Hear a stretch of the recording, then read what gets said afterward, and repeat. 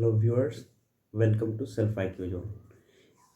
इस वीडियो में मैं आपको बताऊंगा क्रूशियल डेट और जितने भी कैटेगरी के सर्टिफिकेट वगैरह हैं उससे रिलेटेड जो भी इश्यूज आ रहे हैं, तो उसी पर मैं बात करूंगा। और बहुत सारे यूट्यूबर्स हैं जो कि बात कर रहे हैं, तो फिर मैं क्यों आया हूँ। तो मुझसे आप ज़्यादा रिलेट कर पाएंगे इसीलिए, क्योंकि मेरा जो OBC का सर्टिफिकेट था वो भी क्रूशियल डेट के बाद ही बना हुआ था। तो बाकी कुछ बताने से पहले मैं मेरा जो स्टोरी है, मेरे साथ क्या प्रॉब्लम्स थे, वो मैं आप लोगों को बताना चाहूँगा ताकि आप लोग उसे रिलेट कर पाएँ खुद से। तो मेरे साथ जो उससे पहले मैं बताना चाहूँगा आप लोगों के क्वेश्चंस क्या क्या रहते होंगे, क्योंकि मैंने बहुत सारे लगभग 600-700 वीडियोस प्लस देखे हैं यूट्यूब पर पिछले 2 सप्ताह में, जब से CGL 2022 के जो पोस्ट प्रेफरेंस डालने के जो डेट जारी किए गए थे, तो उस वक्त से मैं बहुत सारी वीडियोस देख चुका हूँ और मैं काफ़ी परेशान भी था। इस चक्कर में मैं तो 2-3 दिन बीमार भी पड़ गया, हेडेक सी आ गई थी, कुछ समझ नहीं आ रहा था। तो सबसे पहले आपके जो क्वेश्चंस रहते होंगे, मेरे क्रूशियल डेट के बाद बना हुआ है कैटेगरी सर्टिफिकेट। देखिए, कैटेगरी सर्टिफिकेट भी बहुत सारे हैं, जैसे SC ST के अलग हो गए, PWD वाले अलग हो गए, EWS वाले अलग हो गए। और मेनली कि मैं बात करूँगा OBC सर्टिफिकेट को लेकर के, क्योंकि मेरा खुद का OBC सर्टिफिकेट से ही रिलेटेड इशू है, तो मैं उसी पर ज़्यादा फोकस रखूँगा। बाकी बाकी मेरे हिसाब से बाकी किसी सर्टिफिकेट में ज़्यादा प्रॉब्लम्स आती नहीं है, तो मैं एक हाईलाइट उस सब चीज़ों का दे दूँगा। तो क्वेश्चंस जैसे आप लोगों के रहते होंगे, मेरा क्रूशियल डेट से पहले का बना हुआ है लेकिन उसमें मिस्टेक है, या फिर मेरा क्रूशियल डेट के बाद बना हुआ है उसमें मिस्टेक है, या फिर क्रूशियल डेट से कितने दिन पहले का बना हुआ होना चाहिए, तो आप लोगों को भी पता होगा। बाद का कितना बना होना चाहिए, उसमें बहुत सारे लोगों को डाउट है, क्योंकि बहुत सारे लड़के कह रहे हैं, बहुत सारी जगह पे यूट्यूब्स भी कह रहे हैं कि 180 दिन तक का वैलिड होता है। तो ये सारी चीज़ें मैंने एकदम पॉइंट टू पॉइंट हर एक चीज़ों को डिटेल्स देखी है। और मैंने CGL 2021-22 और 23 के और MTS के, CHSL के नोटिफिकेशन वगैरह सभी को मैंने बारीकी से पढ़ा है। और आप लोग अब्दुल रशीद वाले और सुप्रीम कोर्ट की केस के जो रिलेटेड प्रॉब्लम्स थे उसको लेकर के ये भी आप लोग सोच रहे होंगे, और भी बहुत सारे हैं जो कि मैं आगे डिस्कस करूँगा। तो मेरे साथ क्या प्रॉब्लम्स थे वो मैं आपको बता दूँ। पहले सबसे पहले तो मेरा 2 मार्च का CGL 2022 का मेंस का एग्ज़ाम था, और मैंने 291 मार्क्स ऑब्टेन किए थे। और CPT यानी कि कंप्यूटर में मेरे 25 मार्क्स हैं। और एक क्वेश्चन, जैसा कि उसमें आप लोगों को भी पता होगा कि कहा जा रहा है कि एक क्वेश्चन उसमें गलत है 2 मार्क्स वाले में, बाकी सब सही है। और शुभम जैन RV रिवॉल्यूशन के जो शुभम जैन सर हैं, उसके हिसाब से यदि नॉर्मलाइज भी हो रहे हैं तो सबसे ज़्यादा कंप्यूटर में 2 मार्च वाले शिफ्ट में ही हो रहे हैं, और मेरा 2 मार्च है। और नॉर्मलाइज होकर के भी मैक्स सिर्फ 2 मार्क्स बढ़ रहे हैं। तो यदि अपने में मार्क्स की बात करूँ नॉर्मलाइज करके, तो मेरे टोटल स्कोर जो होते हैं, रॉ स्कोर, वो बढ़ जाते हैं नहीं के बराबर। 291 है तो उतने ही रह जाते हैं। और लेकिन CPT में मेरे एक क्वेश्चन गलत होने की वजह से मेरे 25 + 4 29 हो गए। और यदि नॉर्मलाइज होते हैं 2 मार्क्स तो 30 31 के आसपास पहुंच जाएंगे। और मेरे स्ट्रोक्स जो है, तो स्ट्रोक्स जो है मेरे 2000 नहीं है, सिर्फ 1916 है। तो इस वजह से मेरे यहाँ भी डाउट बने हुए हैं। तो मेरे साथ जो इशू थे कि मैं एक्साइज इंस्पेक्टर या फिर और जो अपर ग्रेड वाले थे 4200 या 4600, बाय चांस उसमें फॉल कर सकता था। बट कैटेगरी सर्टिफिकेट से कैटेगरी में जाने पर ही मैं, क्योंकि UR में मेरे रैंक लगभग 15,000 के आसपास थे। CPT की कट ऑफ 18 + 15, 18 और 15 के हिसाब से रहती है।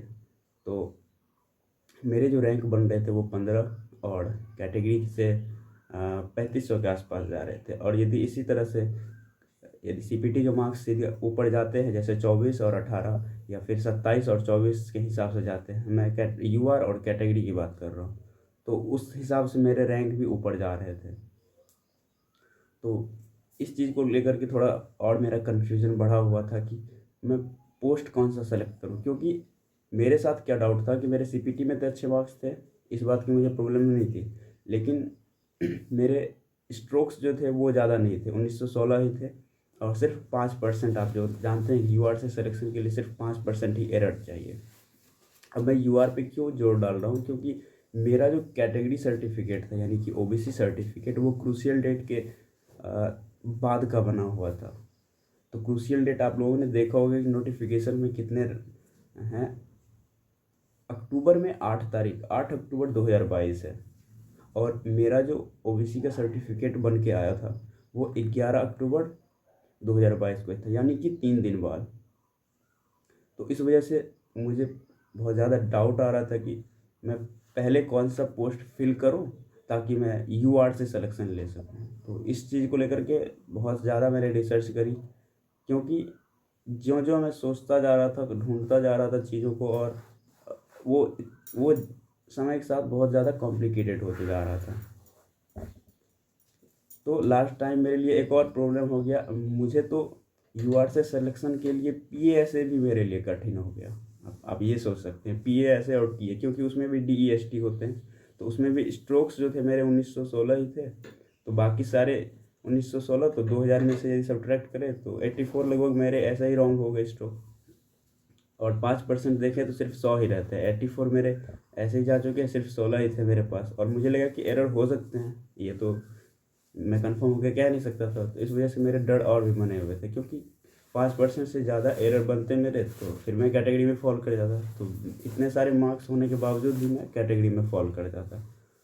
तो इन चीज़ों को लेकर के मैं काफ़ी ज़्यादा परेशान था, और इसके रिगार्डिंग मैंने बहुत सारे जो जैसे कि शुभम जैन सर हैं, एसएससी कोड वाले हेमंत सर हैं, और भी जितने भी यूट्यूबर हैं जो कि हेल्प करते हैं लोगों की, जैसे कि गोल्डन भाई हो गए, विक्रांत भाई हो गए, और राहुल त्रिपाठी कंपटीशन प्रिपरेशन वाले, और भी एक दो ऐसे ही थे।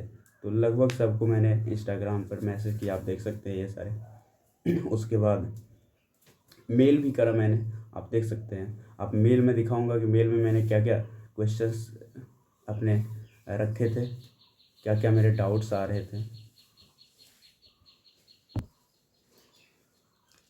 मैंने बहुत सारे वीडियोस देखे, लगभग 600 से 700 प्लस वीडियोस देखे, बहुत तरह के जितने भी यूट्यूबर थे, रिजेक्ट हुए, सेलेक्ट हुए, डीवी एक्सपीरियंस, हर एक तरह की मैंने वीडियोस देखे।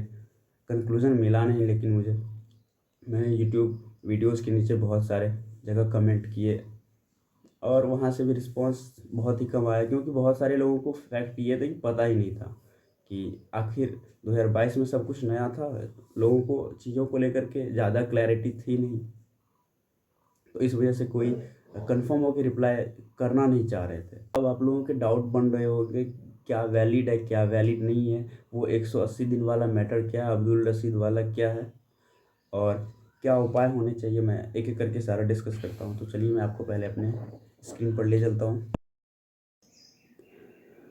तो यही है एसएससी की तरफ से जो अब्दुल रशीद वाले केस में ओबीसी सर्टिफिकेट को लेकर के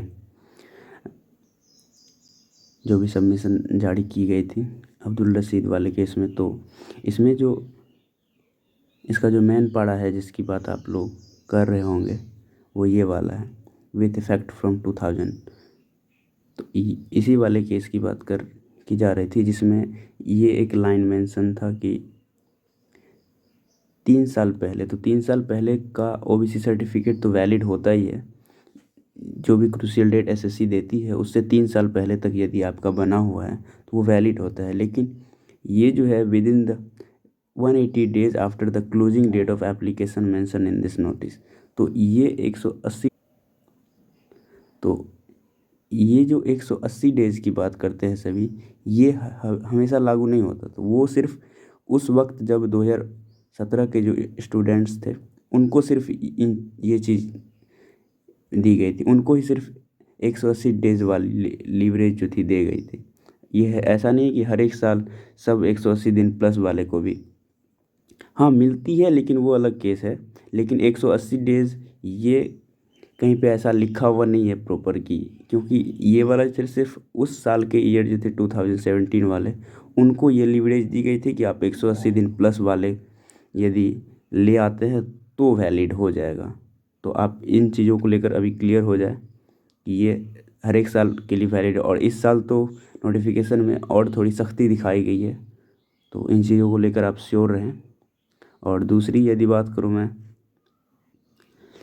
अब यदि मैं क्रूशियल डेट की बात करूं, तो ये जो आपके सामने अभी कटआउट दिख रहा है, ये 2021 के सीजीएल के जो नोटिफिकेशन थे उसमें जो क्रूशियल डेट को लेकर के जो बात की गई थी, तो उसे मैं पहले बताऊंगा, फिर आगे मैं चलता हूं 22 वाले और 23 वाले में जो लिखा गया वो भी डिस्कस करूंगा।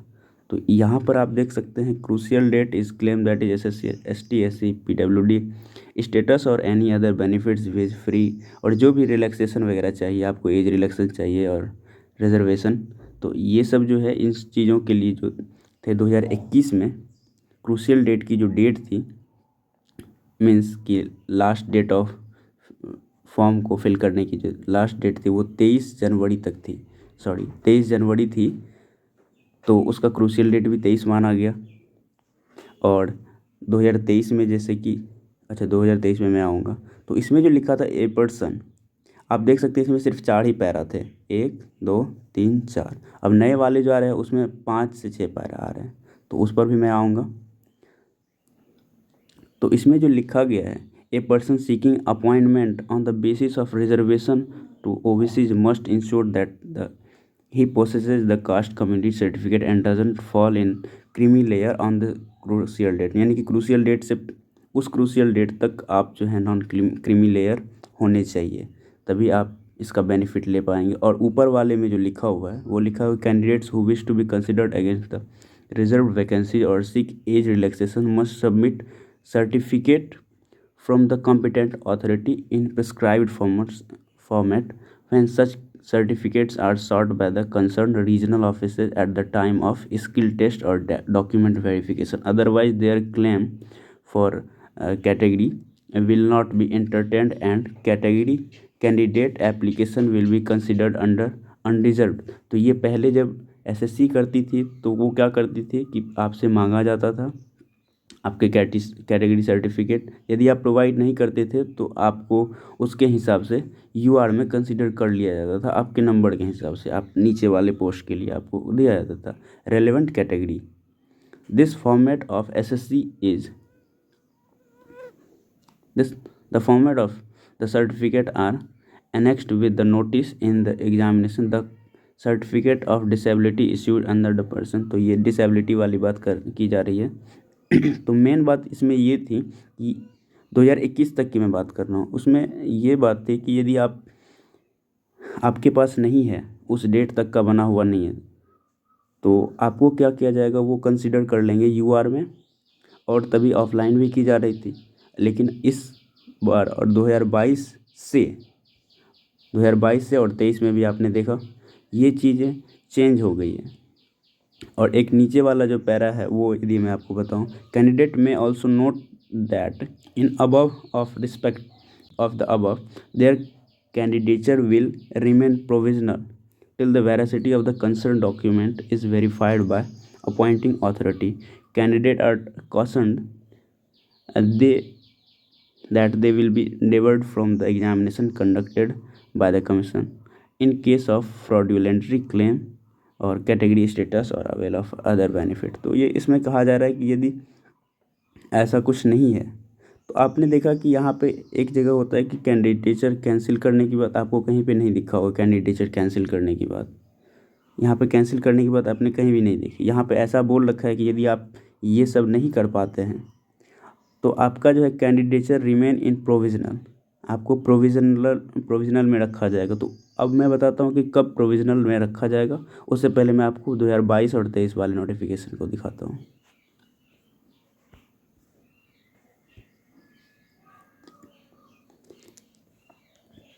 ये मेरे ख्याल से 23 वाली नोटिफिकेशन है, पहले मैं 22 वाले पर आता हूँ। ये 22 वाली नोटिफिकेशन है। इसमें जो कहा गया है पैरा 1 सेम चीज़ है, उसमें आपको सर्टिफिकेट मांगा जाता है डीवी के समय। सेकंड वाले में कहा गया है candidates are caution that they must ensure that belong to the category as filled in the application form. कह रहा है कि candidates are caution they must ensure that they belong to the category as filled in the application form. तो आपने जिस application form में जो भी कैटेगरी डाली है उसमें होनी चाहिए। And are able to prove by the same by the furnishing the requisite certificate from the competent authority when such certificate are sought by the concerned intending department or organization at the time of document verification. तो कहा जा रहा है कि आप document verification के समय यदि आपने जो भी कैटेगरी डाली है आप वहाँ पे उसे प्रूफ कर पाएँ।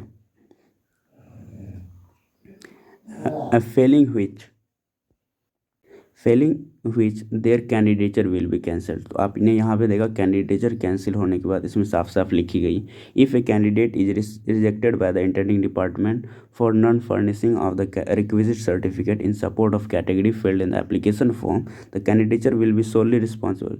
तो पूछ रहा है कि कैंडिडेट जो है उसके लिए खुद जिम्मेदार होगा, इसकी जिम्मेदारी कमीशन के पास नहीं होगी। और किसी भी तरह से आप यदि शिकायत करते हैं, गुहार लगाते हैं, जैसे कि फैक्स हो गया, पोस्ट हो, तो इन चीज़ों को वो एंटरटेन नहीं करेगा। जैसा कि यहाँ पे लिखा जाए, देखते हैं ईमेल, हैंड और किसी तरह की चीज़ों को वो नहीं देखेगा। और इसमें मैंने आपसे कहा था कि इसमें पहले वाले में 4 ही पैरा थे, इसमें देखिए 5 आप देख सकते हैं, इसमें 5 पैरा हैं। तो एक पैरा जो इंक्लूड किया गया है वो यही था, इसे उसने इस बार स्ट्रिक्टली फॉलो किया है। तो इसमें क्या था, एक इटालियन में आपने ये दिख रखा है, सबसे ज़्यादा लोगों को परेशान यही कर रहा है कि for example candidate X filled OBC in his application form, however during document verification by the intending department और organisation he is unable to produce the valid certificate. तो अब ये वैलिड सर्टिफिकेट का क्या क्या मतलब है उसको मैं बताता हूँ, पहले इसको आप देख लें। In such scenario candidature of X will be cancelled by the intending department और ऑर्गेनाइजेशन। तो वैलिड सर्टिफिकेट का मतलब क्या होता है? वैलिड सर्टिफिकेट का सिर्फ मतलब यही नहीं होता है कि आपका क्रूशियल डेट के बाद बना हो। वैलिड सर्टिफिकेट का मतलब होता है कि आपका उस डेट से 3 साल पहले तक का भी बना होना चाहिए। वैलिड सर्टिफिकेट का मतलब होता है कि उसमें कोई फ्रॉडुलेंटरी तरीके से, मतलब फ्रॉड तरीके से आपने नहीं बनाया हो। आप जो हैं वो आपको आपकी सत्यता वो दिखाता हो। आप ओबीसी हैं या फिर कोई अदर कैटेगरी में हैं तो वो उन चीज़ों की सत्यता दिखाता हो। सिर्फ आप उसको ये मत समझे कि क्रूशियल डेट के बाद का होगा तो ये वैलिड नहीं होगा। और भी तरीके से आपका यदि पता पूरी तरह से गलत है, थोड़ा तो ऊपर नीचे होता है तो कोई बात नहीं, लेकिन पूरा तरह से गलत हो गया तो इशू आ सकता है तब। और आगे जो है तो इसमें जैसे कि क्रूशियल डेट दी गई थी, तो क्रूशियल डेट इसमें 8/10/2022 दी गई थी। तो ये मैं 2022 वालों के लिए बात कर रहा हूँ। 2022 वालों के लिए 8/10/2022 दी गई थी। तो एक चीज़ इसमें फिर बाद में ऐड की गई थी जो कि आप लोगों को पता नहीं होगा, तो वो मैं सबसे पहले आप लोगों को बता। 2022 वाले में क्या हुआ था कि बहुत सारे स्टूडेंट्स फॉर्म फिल नहीं कर पाए थे। तो उस वक्त क्या किया गया था कि डेट को 8 तारीख से बढ़ा करके 13 तारीख किया गया था। तो इस वजह से क्या हो गया था कि एसएससी ने फिर से एक नोटिस जारी की थी जिसमें लिखा यह था कि the commission has decided to extend the closing date of application of CGL 2022 to 13/10/2022। Accordingly other important dates have also been change. तो वह कह रहा है कि अदर जो डेट थे उसके हिसाब से वो भी चेंज हो गए। तो एक चीज़ यहाँ पे ये मेंशन किया गया है, it is inform that relevant part of the notice of the examination where closing date was treated as a crucial date. तो मैंने आपको बताया था कि क्लोजिंग डेट को ही क्रूशियल डेट कहा जाता है। For entertaining eligibility will now be as per the closing date इतना। तो कहने का मतलब कि क्रूशियल डेट क्लोजिंग डेट था, तो क्लोजिंग डेट यदि बढ़ गया तो क्रूशियल डेट भी बढ़ गया। तो पहले 8 थे क्रूशियल डेट, अभी हो चुके हैं क्रूशियल डेट 13। तो इस बीच में यदि आप अप्लाई करते होंगे तो आप अब एलिजिबल हो गए। और बाद वाले के लिए मैं बताता हूँ, तो मेरे साथ यही केस था कि 8 तारीख था पहले क्लोजिंग डेट और मेरा 11 को बना था। तो इस वजह से मैं परेशान था कि मेरा 3 दिन बाद बना था। लेकिन वो लास्ट टाइम जब मुझे पता चला कि 13 तारीख है, तो मेरा इसी बीच में फंस गया। तो अभी मेरा पहले 3 दिन बाद बन रहा था, अभी मेरा 2 दिन पहले बन रहा है। तो अब यहाँ से जो थे मेरे क्रूशियल डेट को लेकर के इशू और ओबीसी सर्टिफिकेट का क्रूशियल डेट के बाद बनने वाला समस्या, तो यहाँ से मेरा ये ख़त्म हो गया था। तो अब यदि आप लोगों का इस डेट तक है तो ठीक है, लेकिन यदि इसके बाद है तो क्या करना है वो भी मैं बताता हूँ। क्योंकि जब तक मुझे पता नहीं था तो मैं भी सोच रहा था कि अभी मेरा भी बाद का बना हुआ है तो मैं क्या करूँ। जैसा कि मैंने बताया था 23 वाले में भी सेम चीज़ ऐड की गई है। 23 वाले में भी आप देख सकते हैं इस चीज़ को मेंशन किया गया है कि ओबीसी जो है यदि प्रूफ नहीं कर पाता है तो कैंसिल कर दिया जाएगा। और यहाँ पर जो देख सकते हैं आप, क्रूशियल डेट जो है 2023 वालों के लिए फॉर्म फिल करने की 23 मई तक थी, 3 मई तक थी। तो 3 तारीख और 5वें महीने में। और एक चीज़ इसमें ये फिर से मेंशन की गई है कि कैंडिडेट में also note that in respect of the above their candidature will be remain in provisional. तो दो चीज़ एक साथ कैसे हो सकते हैं? सबसे पहले आप ये देखिए, एक ही टाइम पे आप कह रहे हैं कि कैंडिडेचर जो है वो कैंसिल कर दिया जाएगा, और एक दूसरे टाइम कर रखी है कि कैंडिडेट का जो है कैंडिडेचर वो प्रोविजनल रखा जाएगा। तो एक टाइम पे आप दोनों चीज़ें कैसे कर सकते हैं? आप कैंडिडेचर को कैंसिल भी कर सकते हैं और प्रोविजनल, दोनों चीज़ तो एक साथ नहीं कर सकते हैं। तो यहाँ पर एक लूप होल है जो कि पता नहीं है अभी क्या हो सकता है। तो अब बात करते हैं कि आपको क्या करना चाहिए यदि आप 13 तारीख में नहीं आते हैं। ये मैं 22 वालों के लिए बोल रहा हूँ, और 23 वाले जिनका 3 तारीख बाद हो चुका है, तो आप एक काम कर सकते हैं। 23 वाले के लिए तो अभी एक टाइम और है। अब करेक्शन विंडो जो खुलने वाली है 7-8 या फिर 8-9 है मई। तो यदि करेक्शन विंडो खुलती है तो उस वक्त तक आप यदि करेक्शन विंडो खुलती है तो उस वक्त तक यदि आपका बन के आ जाता है तो आप अपनी कैटेगरी डाल सकते हैं। तो आप कह सकते हैं ना, क्योंकि वो भी तो एक तरह से फॉर्म फिल करने की लास्ट डेट है। और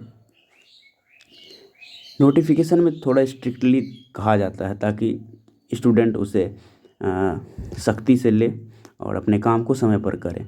लेकिन वहाँ पर जहाँ पर डॉक्यूमेंट वेरिफिकेशन होता है वहाँ पर इन चीज़ों में थोड़ी सी लीवरेज दी जाती है। तो आप इन चीज़ों को लेकर के परेशान ना हो, मैं वो बता। आप देख सकते हैं मैंने एक सर्वे किया था, स्टूडेंट्स तो ज़्यादा नहीं थे लेकिन जितने थे उसमें से आप देख सकते हैं परसेंटेज कितने ज़्यादा रहे। मैंने पूछा था कि ओबीसी सर्टिफिकेट को लेकर के कितनों को प्रॉब्लम्स आ रही है। तो आप देख सकते हैं ओबीसी बना है बट क्रूशियल डेट के बाद, जो कि मेरा भी इशू था। मेरा तो रिजॉल्व हो गया लेकिन बहुतों का बना हुआ आप देख सकते हैं 24%, कम नहीं होते 24%। ये तो सिर्फ 24% जिसका बाद में बना है, उसके बाद है 8% जिनका मिस्टेक। अब मिस्टेक वालों को क्या करना है वो भी मैं बताऊँगा। और आप ये परसेंटेज देखिए जिन्होंने अभी तक बनाया ही नहीं है, ओबीसी सर्टिफिकेट अभी तक बना ही नहीं पाए। आप इन सारे को यदि ऐड कर लेते हैं तीनों को, और किसी का अदर इश्यूज़ भी है, देखें अदर इश्यूज़ लाए, तो इन चीज़ों को यदि देख लें तो सिर्फ 44% ही है जिनका लगभग क्लियर है। बाकी मैं समझता हूँ यदि 50%, 50 को छोड़िए, घूम फिर के यदि 30% भी आता है तो डिपार्टमेंट को इन चीज़ों को लेकर के सोचना पड़ेगा। वो ऐसे फ्रीक्वेंट होकर के आगे नहीं बढ़ सकती है। किसी का कैंडिडेचर जो है वो इतने आसानी से कैंसिल नहीं कर सकती, क्योंकि 1:1 में यहाँ पर बुलाया ही जा रहा है। 1:1 में यदि आप 100 को बुला करके 30 का कैंडिडेचर कैंसिल करेंगे तो फिर तो डिपार्टमेंट में वर्कर्स की कमी हो जाएगी, फिर तो खाली ही रह जाएगा बहुत सारा सीट। तो ऐसा बिल्कुल नहीं किया जाएगा। ये तो मेरी बात हो गई, और ये मैं समझता हूँ कहीं ना कहीं ये सही भी है, क्योंकि आप 1:1 में बुला रहे हैं और इतने सारे स्टूडेंट्स के साथ ये समस्या है, तो आप 100 में से 30 को कैसे कैंसिल कर सकते हैं? 1000 में से 300 ऐसे ही बाहर हो गए। तो ये एक बहुत बड़ा डाटा है, इसको इग्नोर करना संभव नहीं है। ये एक बहुत बड़ा डाटा था, इसको तो इग्नोर करना संभव था नहीं। तो अब मैं बताता हूँ कि वैलिड क्या है क्या नहीं है। तो 6 महीने बाद वाला जो सिस्टम है आप इसे भूल जाएं। 6 महीने बाद वाले को लेकर के आप इतने एक्साइटमेंट में ना रहें कि 6 महीने बाद तक मैं यदि बना लेता हूँ तो फिर भी वो उसे एक्सेप्ट किया जाएगा। तो ये देखिए, अब इसमें बहुत सारी चीज़ें हैं जो डिपार्टमेंट के ऊपर डिपेंड करती हैं। यदि आपका बना हुआ है यदि क्रूशियल डेट के 10 दिन 15 दिन और मैं समझता हूँ 1 महीने बाद भी बना हुआ है तो कहीं ना कहीं आपको थोड़ा सिंपैथी मिलेगा वहाँ पर। और वहाँ पे देखिए रिजेक्ट करने के लिए तो बैठा है नहीं, वहाँ पे आपको सपोर्ट किया जाएगा जैसे भी संभव है, क्योंकि वहाँ पे आपको सेलेक्ट करने के लिए ही वो लोग बैठे हैं। तो आपको आपकी मदद की जाएगी हर एक तरीके से। और मैंने बहुत सारे अपने बड़ों से पूछा जो 3-4 बड़ी डिवी से रिजेक्ट होकर के आए हैं, क्योंकि उनका अलग अलग तरीके से हुआ, ऐसा नहीं कि उनका ये। और उन्होंने बताया कि इस क्रूशियल डेट के बाद जो ओबीसी वगैरह बना होता है इस वजह से उनका ऐसा नहीं है कि रिजेक्ट होते। मैंने बहुतों को देखा है जो उन्हें प्रोविज़नल में डाल देते हैं और फिर बाद में एक्सेप्ट किया जाता है, रिजेक्ट ना के बराबर उन्होंने देखा है। तो आप मान सकते हैं क्योंकि वो गए हैं और चीज़ें अभी क्लियर नहीं है किसी के पास भी। तो अभी यहाँ पर जिनके पास ज़्यादा अनुभव है उन्हीं से तर्क उठाया जा सकता है, क्योंकि सिर्फ डिपार्टमेंट इस बार कर रही है, लेकिन उससे पहले भी तो डिपार्टमेंट करती थी। जब कमीशन करके भेजता था तो उसके बाद भी तो डिपार्टमेंट करती थी। तो वहाँ जो पर्सन होंगे जो आपका डॉक्यूमेंट वेरिफिकेशन करेंगे वो तो वही होंगे ना। तो इन चीज़ों को लेकर के भी आप सोच सकते हैं। अब आप एक चीज़ ये देख सकते हैं, जब 2022 की फॉर्म फिल की जा रही थी उस वक्त भी जब मेरा बन के नहीं आया था 8 तारीख को, तो मैंने 10 तारीख को फिर मेल किया था आरबी वाले सर को। तो उन्होंने किया कि अभी बनवा लो, उन्होंने कहा कि जल्दी से बनवा लो। तो मैंने ऐसे भी अप्लाई कर दिया था, फिर भी मैंने मैसेज किया तो उन्होंने कहा कि बनवा लो। अब मैं चलता हूँ कि जिनका मिस्टेक है वो क्या करें। तो जिनका मिस्टेक है सर्टिफिकेट में वो क्या कर सकते हैं, जैसे किसी के नाम में एरर होगा, किसी के डीओबी में एरर हो सकता है, किसी के एड्रेस में एरर हो सकता है, किसी के फादर्स नेम में। तो ये सारी छोटी छोटी गलतियां हैं, इसको लेकर के ज़्यादा टेंशन में ना आए, क्योंकि ये चीज़ें क्लियर हो जाती हैं। आप एफिडेविट बनवा सकते हैं, यदि आपका पहले का बना हुआ है तो उसमें आपका एफिडेविट यदि लग जाता है तो क्लियर हो जाती है इस चीज़ें। जैसे कि मेरा जो बना हुआ है मेरा जो ओबीसी का सर्टिफिकेट बना हुआ है उसमें मेरा डीओबी गलत कर दिया गया है। तो डीओबी जब गलत कर दिया गया तो मैंने सोचा, मेरे एक बड़े भैया हैं जो कि डिपार्टमेंट में काम करते हैं, तो उन्होंने बताया इन चीज़ों को लेकर के ज़्यादा कंसर्न नहीं होना है, क्योंकि ये माइनर चीज़ें हैं और इसे इग्नोर किया जाता है एसएससी के द्वारा। तो यदि आपको लग रहा है कि डाउट है तो आप एक एफिडेविट बनवा लें। इसके लिए कोई इस तरह की यदि छोटी छोटी समस्याएं हैं तो एफिडेविट बनवा लें, तो ये सब वैलिड होते हैं। और बाद वाले हैं तो भी आप, अब देखिए यदि क्रूशियल डेट के बाद है तो आप क्या कर सकते हैं। ऐसे तो मैं बता दे रहा हूँ, लेकिन एक मैं इस वीडियो के नीचे एक लिंक में छोड़ दे रहा हूँ, क्योंकि उसका सेम था, क्रूशियल डेट के बाद बना था। तो उन्होंने क्या किया था, और वो बॉर्डर रोड ऑर्गेनाइजेशन में एम्प्लॉय हैं, तो उन्होंने जो किया था आप वो कर सकते हैं। तो हो सकता है कि क्योंकि अब चीज़ें आपके हाथ में नहीं है तो किसी को पता भी नहीं है कि क्या किया जाना चाहिए, तो आप जितने भी प्रिवेंटिव अप्रोच होते हैं वो आप लगा सकते हैं।